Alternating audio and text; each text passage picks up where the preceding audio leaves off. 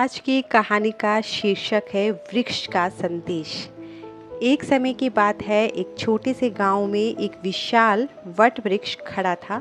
वह वृक्ष गांव के लिए बहुत महत्व रखता था। उसकी छाया में गांव के लोग बैठकर आराम करते थे, बच्चे खेलते, बूढ़े लोग अपनी कहानियां सुनाते। यह वृक्ष गांव के लोगों का मित्र था और वे उसे बहुत प्यार करते थे। एक दिन गांव में एक विद्वान संत आए। उन्होंने देखा कि गांव के लोग उस वृक्ष से कितना प्रेम करते हैं और उससे कितनी कहानियां जुड़ी हैं। उन्होंने सोचा, क्यों ना इस वृक्ष से कुछ ज्ञान लिया जाए। संत ने वृक्ष के नीचे ध्यान लगाया और वृक्ष से पूछा, ओ महान वृक्ष, तुम्हारी इतनी आयु है, तुमने समय के कितने उतार चढ़ाव देखे हैं। कृपया हमें अपने अनुभवों से कुछ सिखाओ।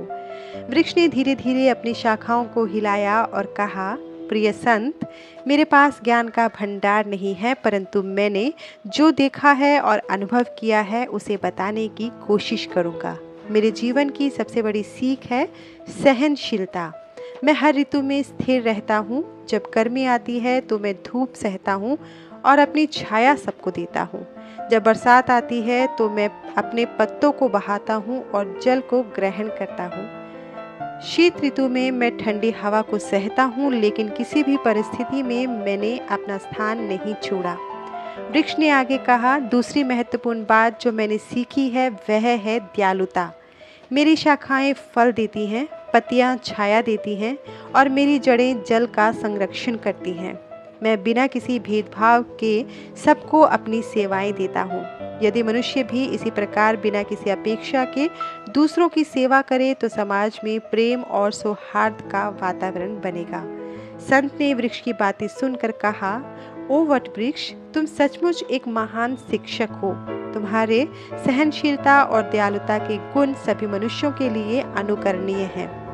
गांव के लोगों ने संत की बातें सुनी और वृक्ष के गुणों को अपनाने का निश्चय किया।